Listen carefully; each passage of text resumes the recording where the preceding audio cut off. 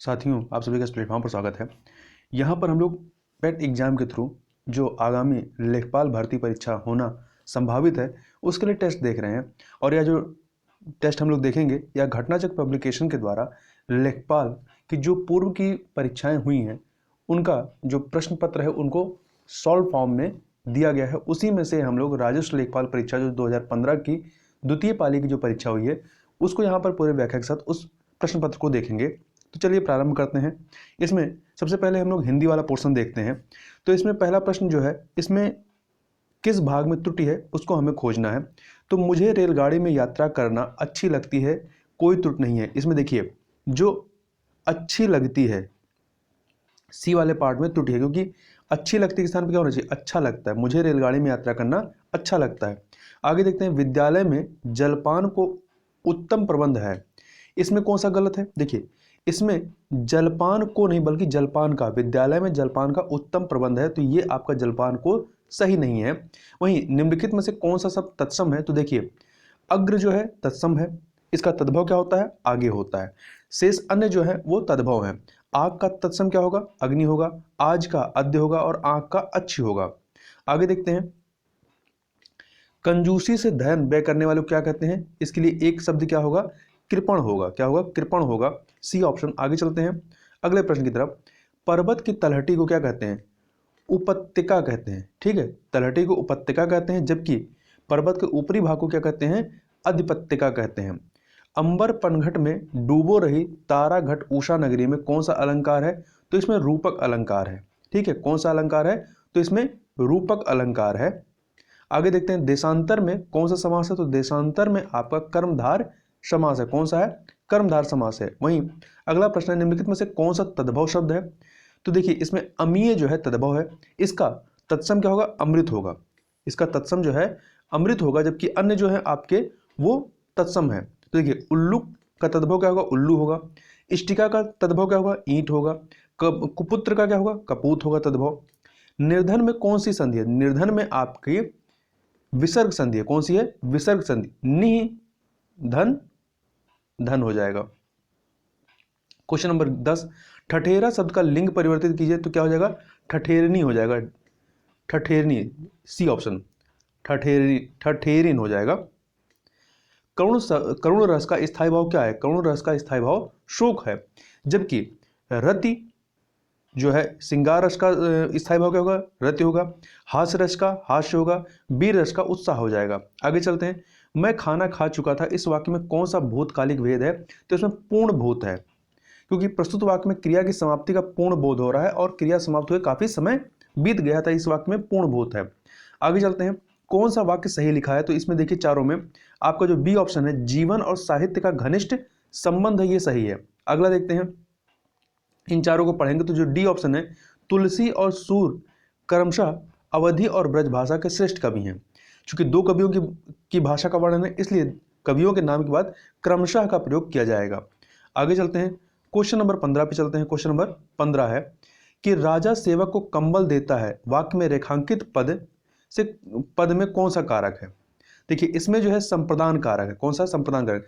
जब वाक्य में कर्ता किसी के लिए कुछ कार्य करे तो वहां संप्रदाय कारक होगा। इसका चिन्ह को के लिए होता है, को या के लिए होता है। प्रस्तुत वाक्य में राजा सेवक के लिए कुछ कार्य कर रहा, अर्थात कंबल दे रहा था, यहाँ संप्रदान कारक होगा।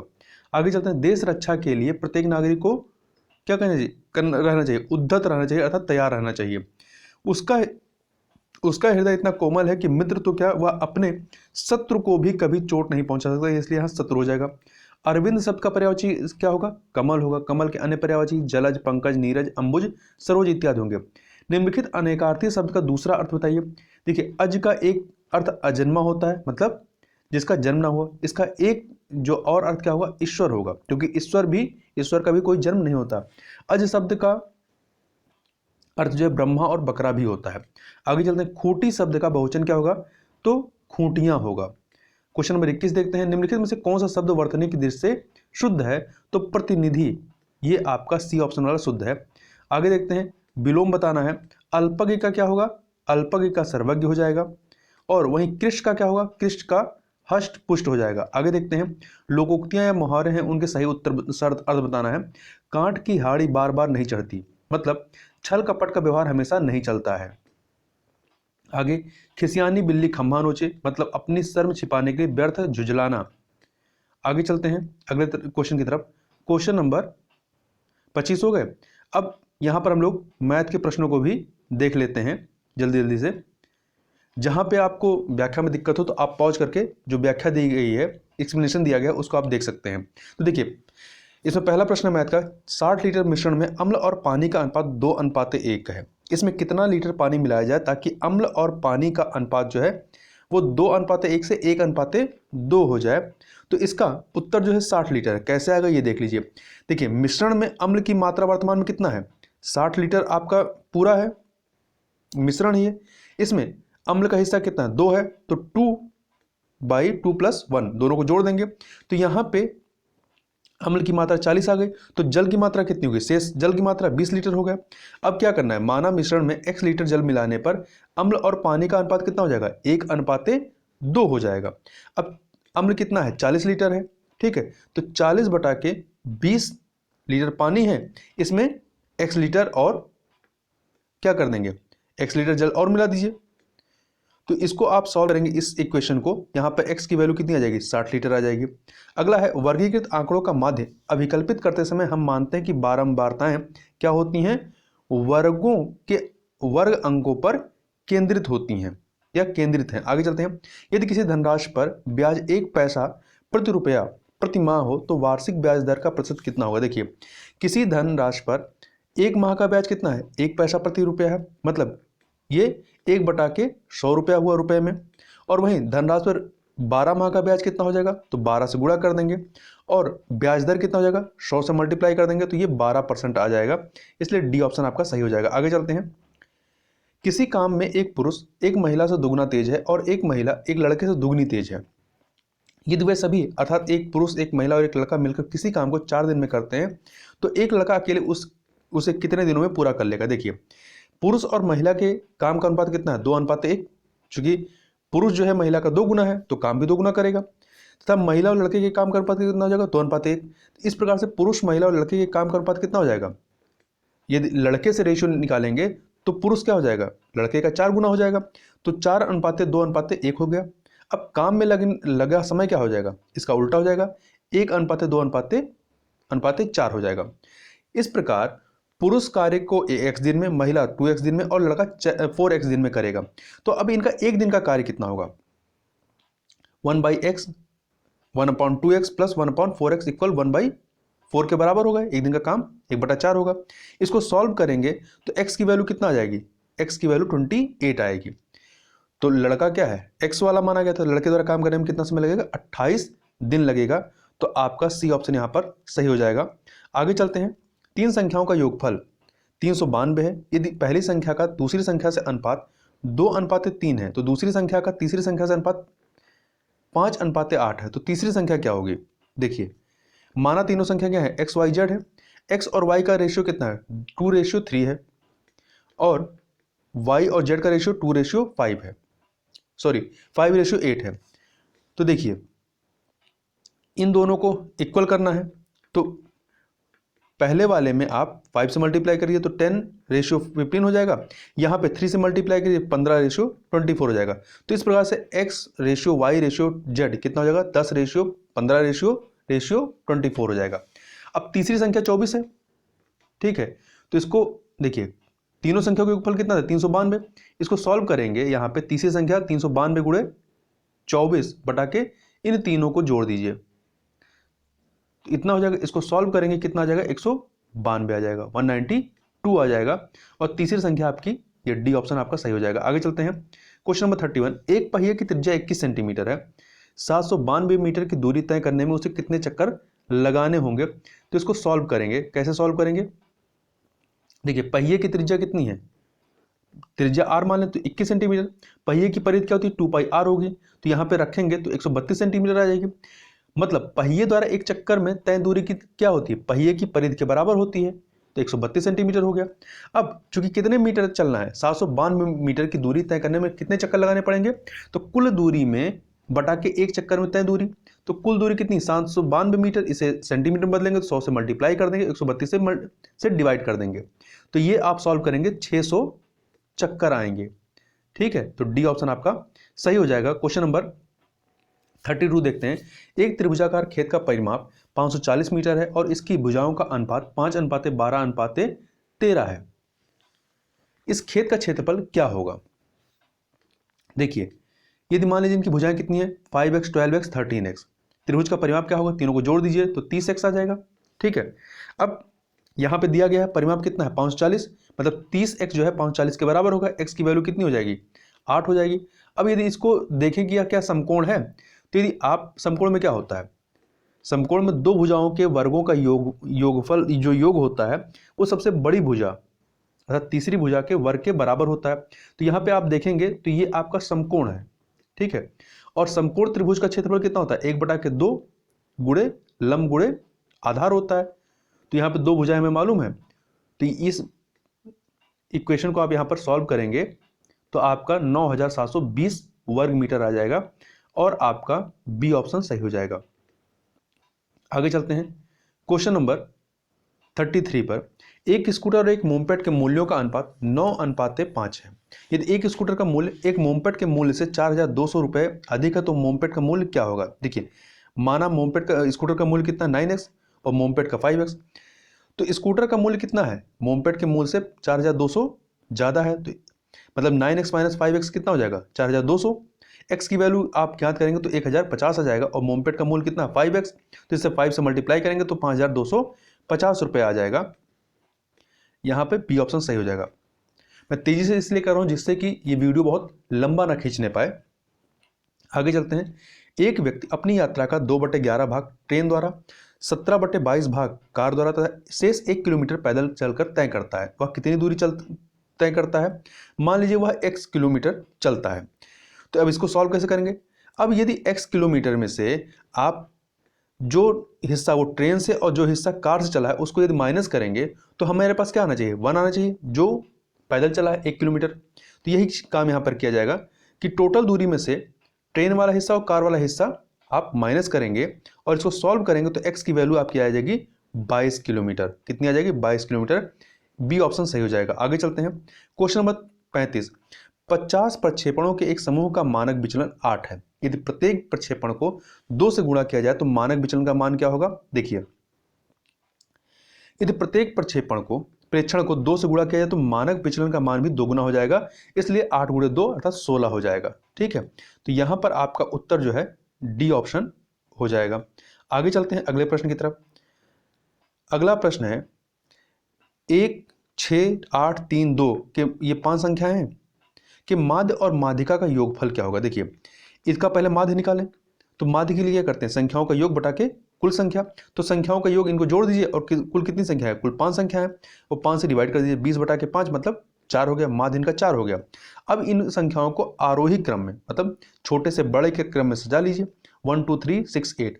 अब ये कितनी संख्या है 5 है, विषम है, तो विषम पदों की माध्यिका क्या होती है n+1/2 2वां पद। ठीक है, तो यहाँ पे n पदों की संख्या है तो 5 पद है, तो 5 + 1 6 हो जाएगा 6/3 6/2 तो 3 आ जाएगा। तो तीसरा पद कौन सा है? तीसरा पद आपका यहाँ पे 3 है 1 2 3। तो माध्य कितना था 4 था और माध्यमिका कितना है 3 है, तो इनका योगफल कितना हो जाएगा 7 हो जाएगा। तो यहाँ पर आपका उत्तर बी ऑप्शन सही हो जाएगा। आगे चलते हैं। x के किस मान के लिए निम्नलिखित आंकड़ों का बहुलक 27 होगा? देखिए, यहाँ पे आपका 25, 26 और 27 की बारंबारता सर्वाधिक 3 है। चूंकि दिए गए आंकड़ों का बहुलक कितना है 27 है, इसलिए संख्या 27 की बारंबारता सर्वाधिक होगी और कि 3 है तो इनकी एक अधिक होगी, तो इनकी 4 बार होनी चाहिए। इसलिए यहाँ पर जहाँ x है यहाँ पर 27 होना चाहिए, तो डी ऑप्शन आपका सही हो जाएगा। आगे चलते हैं। एक त्रिभुज या एक कोण ABC में यदि कोण A जो है 90 डिग्री है, यहाँ पे त्रिभुज ABC में एंगल A जो है वो 90 डिग्री है, A जो भुजा है 25 सेंटीमीटर, B भुजा 7 सेंटीमीटर है, तो tan B का मान क्या होगा? देखिए, इसको आप ऐसे बना सकते हैं इस प्रकार से फिगर, ठीक है। यहाँ पर आपका 90 डिग्री हो गया, ये 25 सेंटीमीटर की भुजा हो गई, ये 7 सेंटीमीटर की भुजा हो गई। अब यहाँ पर ये क्या है, समकोण त्रिभुज है, तो समकोण त्रिभुज के हिसाब से क्या हो जाएगा, ए बी का स्क्वायर प्लस ए सी का स्क्वायर इक्वल किसके बराबर होगा, बी सी के स्क्वायर के बराबर होगा। और इसको आप सॉल्व करेंगे तो ए बी की वैल्यू कितनी आ जाएगी, 24 सेंटीमीटर। अब देखिए यहाँ पर आपको लंब की वैल्यू पता है और आधार की वैल्यू पता है, 7 और 24। tan की वैल्यू क्या होती है, लंब बटे के आधार होता है, तो लंब बटे आधार अर्थात ए सी बटा के ए बी, 7 बटा के 24 हो जाएगा। आगे चलते हैं, दो संख्याओं का महत्तम समापवर्तक और लघुत्तम समापवर्तक। महत्तम समापवर्तक 12 है और लघुत्तम समापवर्तक 2448। यदि संख्याओं का अंतर 60 है तो संख्याओं का योगफल कितना होगा। माना संख्याएं 12a और 12b हैं, तो इस प्रकार से इन संख्याओं का अंतर कितना होगा, 60। तो इस प्रकार से a माइनस बी इक्वल कितना हो गया, ये इसको सॉल्व करेंगे, a माइनस बी 5 हो गया। संख्या 12 और 12b का लघुत्तम समापवर्तक क्या होगा, 12ab हो जाएगा। अब चूंकि लघुत्तम समापवर्तक कितना है, 2448 है, तो 12ab जो है 2448 के बराबर होगा, तो ab की वैल्यू कितनी हो जाएगी, 204। अब यहाँ पर हमारे पास a माइनस बी तो है, परंतु a प्लस बी निकालें तो क्या होगा, a प्लस बी का होल स्क्वायर इक्वल क्या होता है, a माइनस बी का होल स्क्वायर प्लस 4ab। यहाँ पे इस वैल्यू रखेंगे, a माइनस बी हमारे पास 5 है और ab की वैल्यू यहाँ 204 है। इसको रख के यहाँ सॉल्व करेंगे तो a प्लस बी की वैल्यू कितनी आ जाएगी, 29। तो a माइनस बी की वैल्यू है और a प्लस बी की वैल्यू, इन दोनों इक्वेशन को आप सॉल्व करेंगे तो यहाँ पर a की वैल्यू 17 आ जाएगी और a की वैल्यू रखेंगे तो b की वैल्यू आ जाएगी, ठीक है। तो 17 और b की वैल्यू 12 हो गया। अब दो संख्याओं का योगफल कितना हो जाएगा आपका, यहाँ पे 12a प्लस 12b, इसको सॉल्व करेंगे 348 आ जाएगा। आगे चलते हैं, एक त्रिभुज का परिमाप 30 सेंटीमीटर है और इसका क्षेत्रफल 30 सेंटीमीटर स्क्वायर है। यदि त्रिभुज की सबसे बड़ी भुजा की लंबाई 13 सेंटीमीटर तो त्रिभुज की सबसे छोटी भुजा क्या होगी। देखिए त्रिभुज का परिमाप कितना है, 30 सेंटीमीटर, ठीक है। तो ये a प्लस बी प्लस सी तीनों भुजाओं का योग होगा। अब जो त्रिभुज का क्षेत्रफल होता है उसका फॉर्मूला होता है इस प्रकार से, under root S, S minus A, S minus B, S minus C. तो यहाँ एस की वैल्यू क्या होती है, एस की वैल्यू जो होती है तीनों भुजाओं का योग बाई 2, तो तीनों भुजाओं का योग कितना होगा, 30/2, 15 सेंटीमीटर। एस की वैल्यू 15 सेंटीमीटर हो गया। चूंकि त्रिभुज की सबसे बड़ी भुजा कितनी है, 13 सेंटीमीटर, तो दो अन्य भुजाओं का योग कितना होगा, 30 में से, टोटल भुजाओं का योग 30 है, 30 में से 13 घटाएंगे 17 सेंटीमीटर, मतलब जो शेष दो भुजाएं हैं उनका योग 17 सेंटीमीटर है। यदि उनमें से उन दो भुजाओं में से एक भुजा मान लीजिए x सेंटीमीटर है तो दूसरी भुजा कितनी होगी, 17 माइनस एक्स। तो तीन भुजा आपको पता चल गई, एक 13 सेंटीमीटर, एक x सेंटीमीटर, एक 17 माइनस एक्स सेंटीमीटर। इन वैल्यू को आप यहाँ पे इस फॉर्मूले में रख दीजिए। रख करके जब सॉल्व करेंगे तो यहाँ पर आपको x माइनस 12 और x माइनस 5 इक्वल 0 आ जाएगा। इसको सॉल्व करेंगे तो x की वैल्यू 12, x की वैल्यू 5 आ जाएगी। तो एक भुजा 13 है, एक 12 है सब, और दूसरी एक है 5, तो सबसे छोटी कौन सी होगी, 5 सेंटीमीटर हो गई। आगे चलते हैं, एक आयताकार मेज की ऊपरी सतह का परिमाप 28 मीटर है और इसका क्षेत्रफल 48 मीटर स्क्वायर है। मेज के कर्ण की लंबाई क्या होगी। देखिए माना आयताकार मेज इस प्रकार से है, इसकी लंबाई a मीटर, इसकी लंबाई जो है a मीटर है और चौड़ाई b मीटर है। तो मेज का परिमाप क्या होगा, 2a प्लस ब्रैकेट में a प्लस बी, क्षेत्रफल a इंटू बी हो जाएगा, ठीक है। अब यहां पर देखिए परिमाप कितना है, 28 है, तो 2a प्लस बी इक्वल 28 हो जाएगा, a प्लस बी कितना हो जाएगा, 14 हो जाएगा। अब क्षेत्रफल कितना है, वो ये 28 है, वो 48 है, तो a इंटू बी 48। अब देखिए a प्लस बी हमें मालूम है, a माइनस बी का होल स्क्वायर क्या हो जाएगा, a प्लस बी का होल स्क्वायर माइनस 4ab। यहाँ पे आप वैल्यू रख दीजिए, ए बी की वैल्यू यहाँ पे है और a प्लस बी की वैल्यू यहाँ पे है, तो a माइनस बी की वैल्यू 2 आ जाएगी। अब a प्लस बी इक्वल 14 और a माइनस बी इक्वल 2, इसको सॉल्व करेंगे तो यहाँ पर a इक्वल कितना आ जाएगा, 8 मीटर आ जाएगा और b इक्वल 6 मीटर आ जाएगा। तो मेज की लंबाई 8 मीटर, चौड़ाई 6 मीटर है। अब मेज का कर्ण कितना हो जाएगा, कर्ण आप निकाल लीजिए। कर्ण तो अंडर रूट 8 प्लस 8 का होल स्क्वायर प्लस 6 का होल स्क्वायर, इसको सॉल्व करेंगे तो 10 मीटर आपकी कर्ण की वैल्यू आ जाएगी। तो यहां पर आपका उत्तर जो है ये ए ऑप्शन हो जाएगा। आगे चलते हैं क्वेश्चन नंबर 42 पे। यदि एक वृत्त की परिधि उसके व्यास से 18.6 सेंटीमीटर अधिक तो वृत्त का व्यास क्या होगा। देखिए, माना वृत्त की त्रिज्या कितनी है, 8 सेंटीमीटर है, तो व्यास कितना हो जाएगा, 2r हो जाएगा। परिधि कितना हो जाएगा, 2πr हो जाएगा। तो चूंकि परिधि क्या है, व्यास से 18.6 अधिक है, तो 2πr माइनस 2r इक्वल 18.6 आ जाएगा। इसको आप सॉल्व करेंगे इस वैल्यू को, तो यहां सॉल्व करने पे r की वैल्यू कितनी आ जाएगी, r मतलब व्यास का होगा 2r होगा, तो 2r की वैल्यू 8.68 सेंटीमीटर आ जाएगा। आगे चलते हैं। किसी संख्या में 8% जोड़ने और 3% घटाने से प्राप्त संख्याओं के बीच का अंतर कितना है, 407 है। तो मूल संख्या क्या है, देखिए माना संख्या x है, तो x का 8% ये हो जाएगा, x का 3% ये हो जाएगा।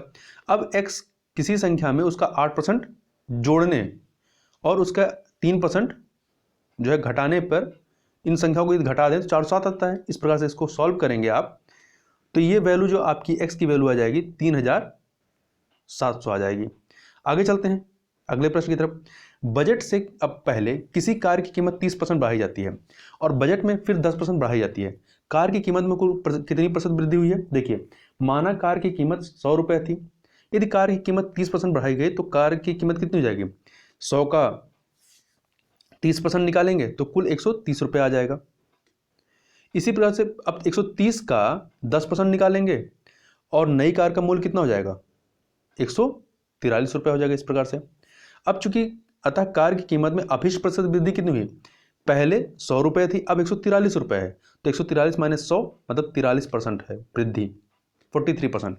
आगे चलते हैं। कोई व्यक्ति 8 रुपये में 10 वस्तु खरीदता है और उन्हें 1.25 रुपये प्रति वस्तु की दर से बेचता है, तो उसका प्रतिशत लाभ कितना होगा। देखिए, एक व्यक्ति 8 रुपये में 10 वस्तु खरीदता है, तो एक वस्तु का क्रय मूल्य कितना होगा, खरीदने का मूल्य 0.8 रुपये, मतलब एक वस्तु वो 80 पैसे में खरीद रहा है, जबकि उसी वस्तु को बेच कितने में रहा है, 1.25 रुपये में। तो कितना लाभ कमा रहा है, तो 1.25 माइनस 0.8 करेंगे तो 0.45 रुपये आ जाएगा। अब इसका लाभ प्रतिशत निकालेंगे इस प्रकार से फार्मूले में रख करके, तो आपका ये आ जाएगा 56 होल 1/4%। यहां जो ऑप्शन आपका डी है। आगे चलते हैं क्वेश्चन नंबर 46 पर। कोई धनराशि साधारण ब्याज पर 10 वर्षों में अपनी दुगनी हो जाती तो ब्याज की दर क्या है। तो मूलधन x रुपए है और मिश्र धन भी कितना आ जाएगा, इस x और मिल जाएगा 2x हो जाएगा। मतलब मूलधन x रुपए, ब्याज इसको कितना मिला है, x मिल रहा है, तो 2x माइनस x रुपए ब्याज मिल रहा है। तो ब्याज के फार्मूले से हमें दर निकालना है, तो ब्याज इक्वल क्या होता है, मूलधन गुणे दर गुणे समय बटा के 100। यहाँ पे आप x की वैल्यू रखेंगे तो दर क्या आ जाएगा, 10%। आगे देखते हैं। 300 ग्राम के चीनी के विलयन में 40% चीनी है, इसमें कितनी चीनी मिलाई जाए ताकि विलयन में चीनी 50% हो जाए। देखिए, 300 ग्राम के चीनी के विलयन में 40% चीनी है, अर्थात विलयन में चीनी की मात्रा कितनी है, 300 का 40% निकालेंगे 120 ग्राम आ जाएगा। यानी विलयन में अन्य पदार्थ कितने हैं, 120 ग्राम तो चीनी है, शेष जो 180 ग्राम वो क्या है, अन्य पदार्थ है। हमें चीनी कितनी चाहिए, 50%। अब विलयन में चीनी की मात्रा 50% करने के लिए चीनी की मात्रा 180 ग्राम होनी चाहिए। तो अब बढ़ाएगी चीनी की मात्रा कितनी होगी, 120 माइनस 180 माइनस 120 तो 60 ग्राम। तो 60 ग्राम हमें और बढ़ाना होगा, ठीक है, सी ऑप्शन। आगे चलते हैं। यदि 27 के पावर x माइनस इक्वल 9/9/3 के पावर x, तो 1/x के पावर 4 का मान क्या होगा। देखिए, इसको यहाँ पे इस प्रकार सॉल्व कीजिए। 27 क्या है, 3 का क्यूब है, तो यहाँ पे इस प्रकार 3 के पावर 3x हो जाएगा, और 9 क्या है, ये 3 के पावर 2 है, और यहाँ पे 3 के पावर x है। देखिए, चूंकि बेस दोनों में सेम है, इस वाले में बेस दोनों में सेम है, तो इसको आप 3 पे पावर 2 माइनस x लिख सकते हैं। तो 3 पे पावर 3x इक्वल 3 पे पावर माइनस 2x। जब बेस इक्वल होते हैं तो जो पावर है उनको आप इक्विवेलेंट कर सकते हैं। तो यहाँ पर 3x इक्वल क्या हो जाएगा, 2 माइनस x हो जाएगा। x की वैल्यू यहाँ पे कितनी आ जाएगी, 1/2 आ जाएगी। अब हमें 1/x पावर 4 की वैल्यू निकालनी है, तो यहाँ पे ये 1/1/2 के पावर 4 हो जाएगा। इसको सॉल्व करेंगे इस प्रकार से, तो लास्ट में कितना आ जाएगा, 1/1/16 ये रिवर्स होकर के 16 हो जाएगा, 16 आ जाएगा उत्तर। आगे चलते हैं, 5 होल 3/4 कामा 4 होल 4/5 और 7 होल 3/8 के योगफल में कौन सा भिन्न जोड़ा जाए ताकि परिणाम एक पूर्ण संख्या हो। अब इसको थोड़ा सा पूर्ण में कन्वर्ट करें तो ये 23/4, 24/5, 59/8 आ जाएगा। इसको आप ऐड करेंगे तो ये आपका 717/40 आ जाएगा। अब यदि इसमें 3/40 जोड़ दीजिए तो ये आपका एक पूर्णांक आ जाएगा। आगे चलते हैं अगले प्रश्न की तरफ, क्वेश्चन नंबर 50। देखिए 930.25 के वर्गमूल से कौन सा सबसे छोटा भिन्न घटाया जाए जिससे प्राप्त परिणाम एक पूर्ण संख्या बन जाए। देखिए 930.25 का वर्गमूल कितना है, 30.5, वर्गमूल निकालेंगे। अतः संख्या 30.5 में से 0.5 अगर हटा दिया जाए अर्थात 1/2 घटा दिया जाए तो ये पूर्ण संख्या हो जाएगी। तो इसके लिए क्या करेंगे, 30.5 माइनस 1/2 कर देंगे तो ये आपका 30 बच जाएगा। आगे चलते हैं सामान्य जानकारी संबंधित प्रश्नों को। ढालू सड़क पर पत्थर लुढ़काना ऊर्ध्व ऊपर की ओर उठाने से अधिक आसान होता है क्योंकि पत्थर लुढ़काने में किया गया कार्य इसे उठाने की अपेक्षा कम होता है। आगे चलते हैं, दालें किसका अच्छा स्रोत होती हैं, तो ये प्रोटीन का अच्छा स्रोत होती हैं और सबसे सुपाच्य प्रोटीन मूंग की दाल में पाया जाता है, अतः इसका उपयोग रोगियों को भोजन के रूप में देने हेतु किया जाता है। आगे चलते हैं, निम्नलिखित में से किसको संविधान की आत्मा के रूप में माना गया है, तो प्रस्तावना को संविधान की आत्मा के रूप में माना गया है। जून 2015 के चौथे सप्ताह में, तो चूंकि ये करंट का क्वेश्चन तब का है इसको छोड़ दीजिए। आगे चलते हैं, एनपीपी से क्या अभिप्राय है, तो इससे मतलब है national population policy, national population policy, C option. सविनय अवज्ञा आंदोलन का मुख्य उद्देश्य क्या था, नमक कर के विरुद्ध इसका मुख्य उद्देश्य था या इसको समाप्त करना था। तो देखिए गांधी जी ने दांडी में समुद्र तट पर नमक कानून का उल्लंघन करके सविनय अवज्ञा आंदोलन का शुभारंभ करने का निश्चय किया। नमक को इस आंदोलन का एक प्रमुख मुद्दा बनाया गया क्योंकि सरकार ने इसे अत्यावश्यक वस्तु की बिक्री को नियंत्रित कर रखा था और उस पर कार्यारोपण किया था। हमारे रुधिर में ऑक्सीजन का परिवहन एक प्रोटीन द्वारा होता है जिसका नाम क्या है, हीमोग्लोबिन है। इसमें आयरन होता है। लोकसभा चुनाव के लिए उम्मीदवार बनने की न्यूनतम आयु कितनी है, 25 वर्ष है। भारतीय संविधान के अनुच्छेद 84 खा 84 खा में यह प्रावधान है कि लोकसभा निर्वाचन हेतु अभ्यर्थी होने के लिए न्यूनतम आयु 25 वर्ष होगी। और लोक प्रतिनिधित्व अधिनियम 1950 की धारा 36(2) के साथ पठित संविधान के अनुच्छेद 173 खा के द्वारा विधानसभाओं के अभ्यर्थी होने के लिए भी यही प्रावधान है कि 25 साल होना चाहिए। सॉफ्ट बैंक और फॉक्सन टेक्नोलॉजी ग्रुप ने, यह भी आपका करंट का क्वेश्चन है, इसे छोड़ सकते हैं क्योंकि 2015 के हिसाब से करंट पूछा गया था। आगे चलते हैं, केंद्र सरकार के विकास व्यय में क्या शामिल नहीं है, तो विकास व्यय में तो रक्षा व्यय ये विकास व्यय में नहीं होता है, जबकि आर्थिक सेवाओं पर व्यय, सामाजिक एवं सामुदायिक सेवाओं पर व्यय, राज्यों के लिए अनुदान, ये आपके विकास व्यय होते हैं। आगे चलते हैं, प्रायद्वीपीय भारत का दक्षिणी छोर कन्याकुमारी स्थित है कहां पर, भूमध्य रेखा के उत्तर में। कहां पर है, भूमध्य रेखा के उत्तर में स्थित है।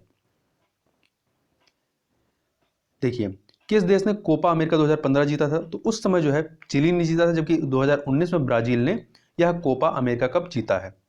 चौरी चौरा घटना कब हुई थी, 5 फरवरी 1922 को। एग्जैक्ट डेट अब क्या है, 4 फरवरी है। देखिए चौरी चौरा उत्तर प्रदेश के गोरखपुर जिले के समीप स्थित एक कस्बा है। यहाँ 4 फरवरी 1922 को भारतीयों ने ब्रिटिश सरकार की एक पुलिस चौकी में आग लगा दी थी, जिससे उसमें छिपे हुए 22 पुलिस कर्मचारी जिंदा जलकर मर गए थे। वह कौन सा स्थान है जहां अंतिम मुगल सम्राट बहादुर शाह जफर की मृत्यु हुई थी, तो रंगून में, वर्मा के रंगून में हुई थी। कब हुई थी, 7 नवंबर 1862 को, 7 नवंबर 1862। निम्नलिखित में से कौन कैबिनेट स्तर का होता है, तो विपक्ष का नेता जो है कैबिनेट स्तर का दर्जा इनको दिया जाता है। नेपाल भूकंप त्रासदी जो कि 2015 में आई थी के दौरान भारत सरकार द्वारा संचालित किए गए बचाव कार्यों रेस्क्यू ऑपरेशन को क्या नाम दिया गया था, ऑपरेशन मैत्री नाम दिया गया था उस समय। आगे चलते हैं, अंतर्राष्ट्रीय गमन माइग्रेशन क्या है, तो देशों के बीच लोगों का संचलन जो है ये आपका माइग्रेशन कहलाता है, अंतर्राष्ट्रीय माइग्रेशन। निम्नलिखित में से सबसे अधिक ऋण विरोधी तत्व कौन सा है, तो फ्लोरीन है, फ्लोरीन है। आगे चलते हैं, 16 अगस्त 1946 को प्रत्यक्ष कार्रवाई दिवस किसने मनाया था, मुस्लिम लीग के द्वारा मनाया गया था। उच्छादन या अनावरण पर किसी पदार्थ का वायु से नमी का अवशोषण करने के गुण को क्या कहा जाता है, इसे प्रस्वेदन कहते हैं। अनावरण पर किसी पदार्थ का वायु से नमी का अवशोषण करने हेतु गुण को प्रस्वेदन कहा जाता है। आगे चलते हैं, हाल ही में अंतर्राष्ट्रीय क्रिकेट काउंसिल के अध्यक्ष के रूप में किसे चुना गया, उस समय 2015 में जहीर अब्बास को चुना गया था।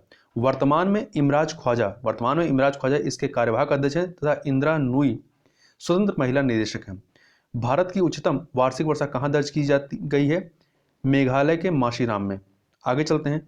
निम्नलिखित में से कौन सी समिति ने मूल कर्तव्यों को संविधान में सम्मिलित करने का सुझाव दिया था? स्वर्ण सिंह समिति ने दिया था, स्वर्ण सिंह समिति ने। आगे चलते हैं। शतपथ ब्राह्मण और तैत्तिरीय ब्राह्मण के ब्राह्मण किसके ब्राह्मण के मूल पाठ हैं? तो यजुर्वेद के ब्राह्मण मूल पाठ हैं। मथुरा, डिगबोई और पानीपत में परिष्करण शालाएं किसके द्वारा स्थापित की गई हैं? तो ये हिंदुस्तान ऑयल कॉर्पोरेशन लिमिटेड के द्वारा स्थापित की गई हैं। आगे चलते हैं।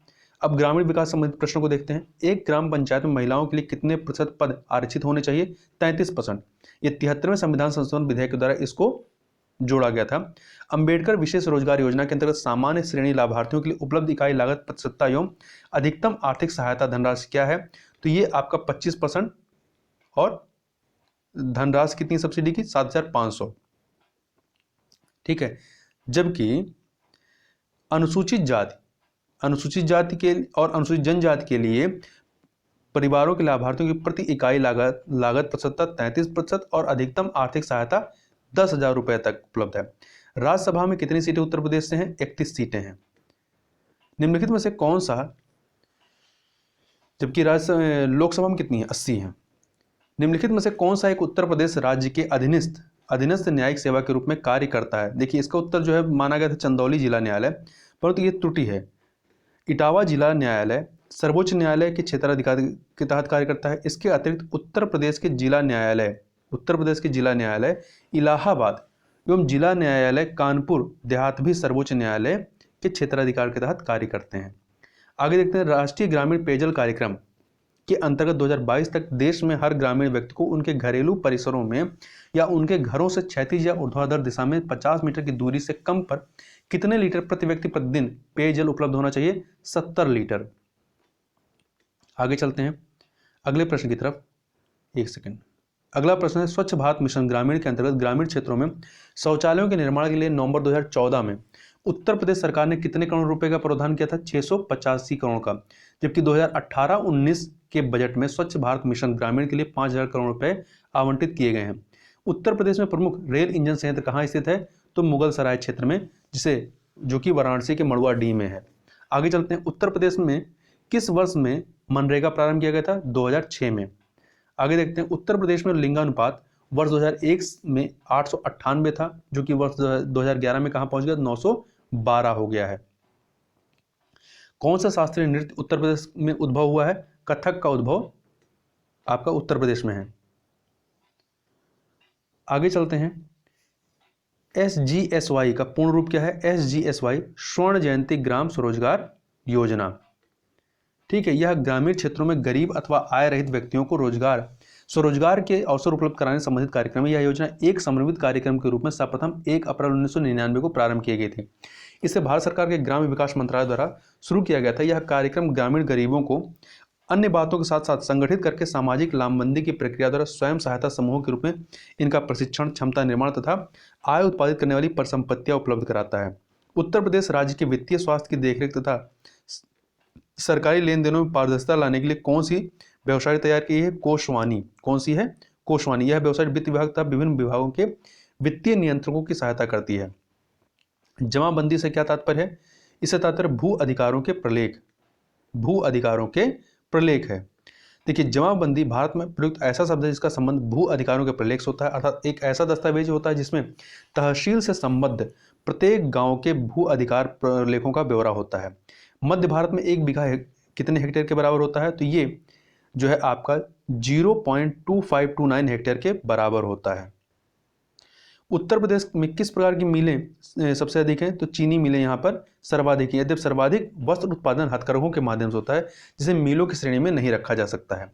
किस मंडल को विश्व के उत्कृष्ट कालीन उद्योगों का केंद्र माना जाता है? मिर्जापुर को। ब्रिटिश सरकार शासन के दौरान उत्तर प्रदेश में भूमि पंजीकरण किस अधिकारी द्वारा किया जाता था? लिपिक के द्वारा किया जाता था। बीपीएल सूचियों से छूटे बीपीएल परिवारों के लाभ पहुंचाने के लिए कौन सी योजना प्रारंभ की गई? मुख्यमंत्री महामाया गरीब आर्थिक मदद योजना। ठीक है। इस योजना के तहत प्रतिमाह प्रति व्यक्ति को 300 रुपए प्रदान करने की योजना थी।